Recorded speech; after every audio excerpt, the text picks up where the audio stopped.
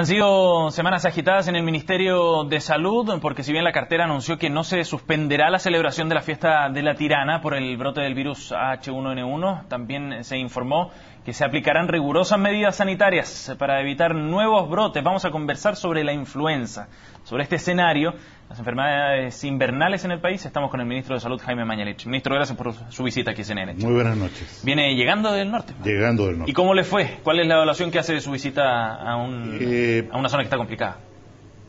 Nosotros, desde el año pasado, desde este verano, vislumbrábamos que para este invierno, que es la época de prueba para la salud chilena, nosotros teníamos dos grandes riesgos. El primero era la irrupción bastante seria desde el año pasado de este microbio que produce meningitis, que se llama W135, claro, y que hemos lanzado una campaña de vacunación que se conoce, nos ha ido muy bien, la gente ha respondido, y yo diría que a la fecha que vamos, la situación se ha comportado mucho mejor de lo que nosotros preveíamos que podía ocurrir con esta enfermedad muy grave que tiene una letalidad, o sea, de cada 100 enfermos fallecen 26, o sea, 1 de cada 4 personas fallece de una enfermedad gravísima. Sí. Y el otro gran peligro era la irrupción de la enfermedad tipo influenza o la influenza, y esto lo vislumbrábamos porque en el hemisferio norte, en el invierno recién pasado de ello, diciembre, enero, febrero, hubo un brote de influenza muy severo, con mucha consulta, mucha hospitalización y mucha, desgraciadamente, fallecimiento. Y siempre lo que pasa ya durante el invierno de ellos se replica más o menos en espejo entre nosotros. Y de hecho en todos los países latinoamericanos se registra un aumento muy fuerte de influenza en este año, y en algunas provincias de Argentina y en el caso de Tarapacá nuestro, incluso con el carácter de un brote epidémico. Ahora, si se preveía este escenario, ¿por qué nos pilló mal parados? ¿Qué fue lo que falló? Yo creo que nos pilló bien parados en general, porque lo de Tarapacá es más bien una excepción y no la regla. ¿Y cuál es la medida preventiva fundamental? Este es el mismo virus que nos visitó el año 2009 y produjo una pandemia, como se recuerda, sí, me acuerdo, en todo el mundo. Es el mismo virus. En ese tiempo no había vacuna, ahora tenemos un instrumento muy eficaz que es la vacuna, y la vacuna hace una tremenda diferencia. Y efectivamente en aquellas zonas del país donde tuvimos muy buena cobertura de vacunación, vale decir sobre el 80 al 85% de las personas de riesgo vacunadas, este tema ha habido casos, pero no ha tenido la trascendencia que en Tarapacá. Para decirlo en números concretos, nosotros hablamos en tasas. La tasa promedio del país ha sido de 24 casos por cada 100.000 personas, en cambio en Tarapacá ha sido de 140 por 100.000 personas, o sea, una tasa 8 veces superior, 7 veces superior si no calculo mal. Ahora, ¿por qué la particularidad de Tarapacá? ¿Qué es lo que pasó allá? Yo creo que hay dos razones. La primera es que la tasa de vacunación en Tarapacá fue la más baja del país mientras duró esta campaña, que era hasta el 31 de mayo, y esto se debe en parte a que históricamente es muy difícil vacunar bien en el norte. La gente tiene una sensación de que la influenza o las enfermedades del invierno, como tienen menos invierno, claro, no les tocan, y en realidad tienen razón. Es bastante raro que haya infecciones respiratorias severas durante es más benigno el invierno, es mucho más benigno el invierno. Y de hecho la pandemia del año 2009 partió en Puerto Montt y alrededores, y era lo esperable. Y entonces generó esta confianza, y de hecho la tasa de rechazo a la vacuna, o sea, usted tiene que vacunarse porque tiene una enfermedad crónica, o porque el niño, porque usted está embarazada, fue la más alta del país. O sea, de cada 100 personas que se les dijo usted tiene que vacunarse, 2 formalmente rechazaron la vacuna, y esto es la punta de un iceberg, porque detrás de ellos hay toda la gente que no se acercó a los consultorios, claro, o no concurrió. Yo creo que ese es el primer elemento. El segundo elemento es que en las provincias del oeste de Argentina, vecinas con Tarapacá, hay un fenómeno bastante similar. Los gráficos son prácticamente calcados, con un brote muy fuerte, y ahí hay un tráfico de personas bastante importante, sí, que puede haber significado, digamos, transferencia de virus hacia Argentina y viceversa. O sea, es un bolsón así que no respeta fronteras. Ahora, ministro, ¿usted se volvió tranquilo después de esta visita a Tarapacá? Yo quiero ser muy enfático en lo siguiente.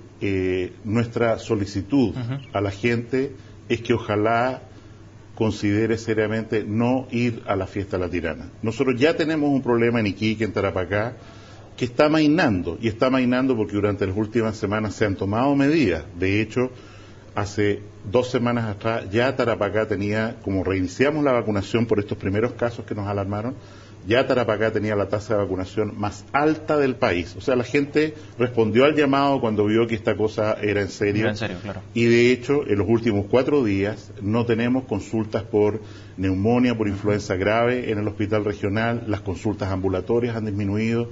O sea, hay una percepción de que esto podría estar amainando y así se traducen los gráficos. Pero aquí estamos hablando de que bruscamente, en un periodo de algunos pocos días, se van a concentrar en un pueblo donde habitualmente viven 1.500 personas, claro, que recién tiene, gracias a la inversión del gobierno, agua potable. Se van a juntar 250.000 personas en carpas, con temperaturas de 0 grados a la noche, bailando, consumo de alcohol, enfriamiento, en fin. Piense usted que sin considerar la influencia de este año, la hospitalización post-Tirana en el Hospital Regional de Iquique aumenta un 30%. De hecho, todos los años nosotros tenemos que preparar el hospital de Iquique para las 15 días, 3 semanas post-Tirana, porque hay accidentes del tránsito, hay intoxicación alcohólica, hay diarrea infecciosa, hay una cantidad de enfermedades propias de que se reúnen tantas personas. Entonces, lo primero que queremos es pedirle a la gente si realmente tiene la posibilidad de abstenerse este año, hacer el sacrificio, no ir y bajar ese número de personas. Ahora, ministro, usted decía que no se suspendió la fiesta porque usted no tenía las atribuciones para hacerlo, pero desde el punto de vista sanitario, ¿era recomendable hacer la suspensión? Si nosotros hubiéramos tenido, por así lo voy a decir de una manera complementaria, si nosotros pudiéramos apelar a las personas a que no fueran y eso lograra convencimiento, sería el mejor de los mundos. Pero en realidad, para suprimir la celebración, nosotros tendríamos que, el presidente de la República en realidad tendría que haber llegado a un estado de excepción constitucional que no tiene ningún contexto en el sentido de por qué podría ser despedido, quizá, hubiera sido una medida desmedida. O sea, desmesurada, un estado de excepción constitucional en donde sale la Fuerza Armada a la calle, privan a la gente de moverse, es una cosa que no se puede hacer, menos por una razón que, insisto, está siendo controlada y que de alguna manera, apelando a la ciudadanía, esperamos que seamos todos responsables. El año 2009, por poner un ejemplo, la autoridad sanitaria le pidió a la autoridad religiosa que suspendiera la fiesta. Y de hecho no hubo liturgia, claro, pero subieron 22.000 personas. O sea, los clubes de baile, toda esa gente subió igual, claro, durante todos los días. Y el escenario que nosotros evaluamos es que hiciéramos lo que hiciéramos, íbamos a encontrar hoy día un número, los días 15 y 16 de julio próximo, de no menos de 50.000 personas. Entonces dijimos al revés, tomemos esta cosa bajo control, dictemos un decreto que obligue a que todas las personas que tienen que ir estén vacunadas, ojalá mucho antes de hoy. Aquellas que no hayan alcanzado a vacunarse, vacunémosla por lo menos para tratar de que si han tenido contacto con el virus antes, levanten alguna tasa de inmunidad o por lo menos después no se lleven el virus para otros lados como portadores, claro. En fin. Vamos a tener una aduana sanitaria a la salida de altos pisos, vamos a tener un carné de vacunación. Hoy día ya estamos repartiendo estos volantes que hablan del Plan La Tirana Influenza 2013, con mapas, con planos, insisto, con una encuesta de salud que se le pide a la gente para ir, cuando va de un lugar a otro respecto a si ha tenido algunos síntomas, para pedirles que se regresen, para examinarlo. Un hospital de campaña que nos va a dar prestar el ejército, que viene de Arica, se va a instalar en La Tirana, además del consultorio que habitualmente nosotros ponemos. Vamos a tener 2 ambulancias, un helicóptero proporcionado por la Armada. No creo que tanto para trasladar enfermos de influenza, porque es muy raro en este brote que la influenza se haya comportado como una enfermedad fulminante, o sea que en pocos días, horas, la persona está muy rápido, de sano a grave, como pasaba a veces el año 2009, sino que la forma de manifestación ha sido, tengo un resfrío, después fiebre, escalofrío, consulto, me hospitalizo, 2 o 3 semanas. De hecho, los 3 enfermos que enfermos que quedan en el hospital conectados a un ventilador mecánico son pacientes en los cuales el diagnóstico tiene más de 15 días. Ahora, ministro, cada persona que sea vacunada va a recibir un certificado. ¿Eso es lo que se va a solicitar en estos puntos de nosotros le vamos a pedir a las personas que suban, que muestren un carnet de vacunación. Muchas de ellas, esperamos, por supuesto, están vacunadas, deben estar vacunadas antes de esto, porque incluso hay personas que van de otras regiones, desde Santiago. Sí, claro. Una fiesta bien turística. Una fiesta, viene gente de otros países incluso. Sí. Entonces, primero, ojalá la gente esté vacunada. Si no le entregaron un certificado cuando se vacunaron, tiene que acercarse a su consultorio en la ciudad. Nosotros tenemos un sistema informático donde todas las vacunas que se pusieron en vacunatorios del Ministerio de Salud, de los municipios, vacunatorios privados en convenio con el Ministerio, están consignados en esta base de datos. Entonces es muy fácil verificar por luz que la persona está vacunada y entregarle el carnet.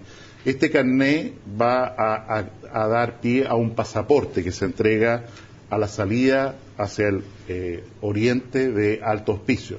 Este pasaporte significa que el vehículo, el bus, el taxi, lo que fuera, tiene, por así decir, un pase para pasar de largo hasta La Tirana y llevar a la gente. Ya está chequeado. Y está chequeado y si no es así, en el camino hacia Pozo Almonte, en realidad, van a ser separados de la autopista en un lugar que está preparando el MOP en este momento, un gran terraplén, donde se les va a pedir de nuevo el certificado, se van a chequear que estén vacunados e incluso, aunque pueda ser tardío, pero por la protección posterior, se van a vacunar las personas y se les va a entregar este pasaporte para que puedan pasar. Ahora, ministro, esta enfermedad, ¿por qué ha sido tan letal en estos momentos? ¿Siempre ha sido así? ¿O pilló en un mal momento, digamos, a la región? ¿Pero por qué tanta letalidad? Nosotros tenemos en el país en este momento 33 personas fallecidas por esta enfermedad, o sea que se iniciaron como una influenza y se comprobaron como tal, y 12 en la región de Tarapacá. Hay 2 casos sospechosos que no han sido comprobados, pero digamos entre 12 comprobados, 14 tal vez. Todas estas personas, salvo uno, son personas que tenían muchos factores de riesgo frente al estrés que significa tener una influenza. Por ejemplo, un paciente con un cáncer terminal, un paciente con una insuficiencia renal crónica en diálisis que de todas maneras debería haberse vacunado, personas con diabetes de muy difícil manejo, un paciente anciano postrado con mucha dificultad respiratoria, 2 pacientes con enfermedad pulmonar crónica severa.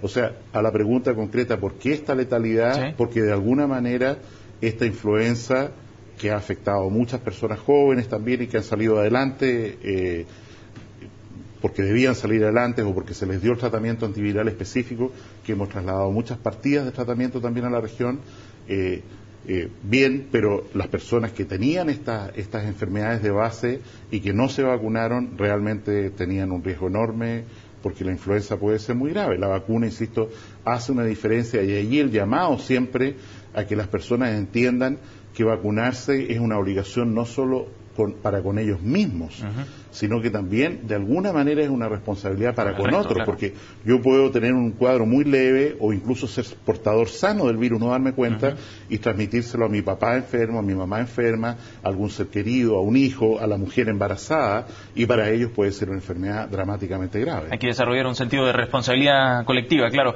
Ahora, ministro, hemos visto 2 cuadros bien fuertes en el último tiempo, digamos, el de la influenza, el anterior al que usted ya hacía mención, el de la W135, que en realidad no ha terminado tampoco.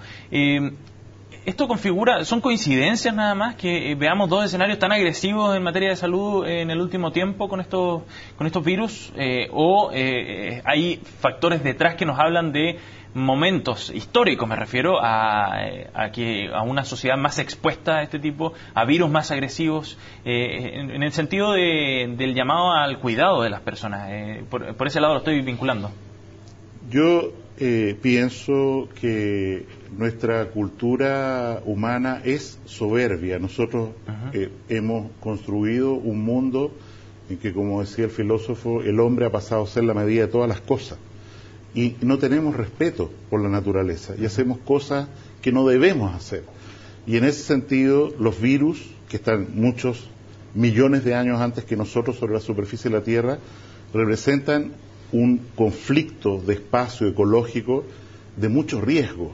Y es por eso que siempre tenemos que tener presentes que estamos un poco de paso y que es muy fácil que estos equilibrios se rompan, a veces con mayor severidad, con menor severidad.